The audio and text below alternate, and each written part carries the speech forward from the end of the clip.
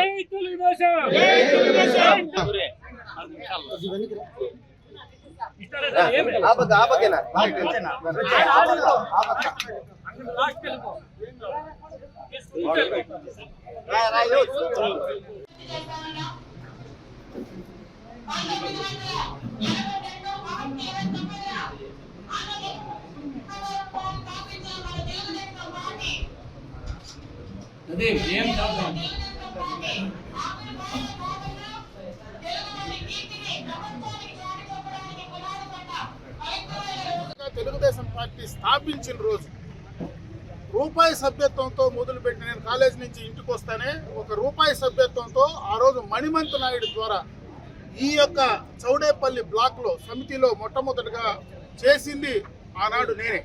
నా తర్వాతనే అటు చంద్రబాబు నాయుడు గారు కావచ్చు, మా తండ్రి ఎన్టీ రామకృష్ణారెడ్డి గారు కావచ్చు, ఇద్దరు కూడా ఆ తర్వాత రాజకీయాల్లో పార్టీలో చేరినటువంటి సందర్భాన్ని కూడా ఒకసారి గుర్తు చేస్తూ ఉన్నారు. అంతకు మునుపే మొట్టమొదటగా ఎన్టీ రామారావు గారు చదువుకున్నప్పటి నుంచి కూడా ఎన్టీఆర్ అభిమానిగా, ఎన్టీఆర్ యొక్క అభిమాన సంఘాలకు సంబంధించినటువంటి వ్యక్తిగా ఆ రోజు పార్టీలో మేమందరం కూడా ఆకర్షితులై ఈ తెలుగుదేశం పార్టీలోకి రావడం, ఈరోజు 45 సంవత్సరాలుగా ఆ పార్టీతో కలిసి మెలిసి ఉండడం, రాజకీయాల్లో ఇంత స్థాయికి ఎదగడానికి ఆనాడు తెలుగుదేశం పార్టీ యొక్క నాయకత్వ యొక్క ఆలోచనలు కావచ్చు, ఎన్టీ రామారావు గారి యొక్క స్ఫూర్తి కావచ్చు, ఈరోజు రాజకీయాల్లో ఉన్నాం. ఈ ఘనత కూడా తెలుగుదేశం పార్టీ కార్యకర్తలదే. అందుకే మనమందరం కూడా కలిసికట్టుగా మరి కొంతకాలం పాటు ఈ రాష్ట్రంలో తెలుగుదేశం ప్రభుత్వం అధికారంలో ఉంటే ఖచ్చితంగా ఈ రాష్ట్ర ప్రజలకు, పేద ప్రజలకు న్యాయం జరుగుతుంది, బడుగు బలహీన వర్గాలకు రాజకీయంగా ఎదగడానికి అవకాశం ఉంటుంది.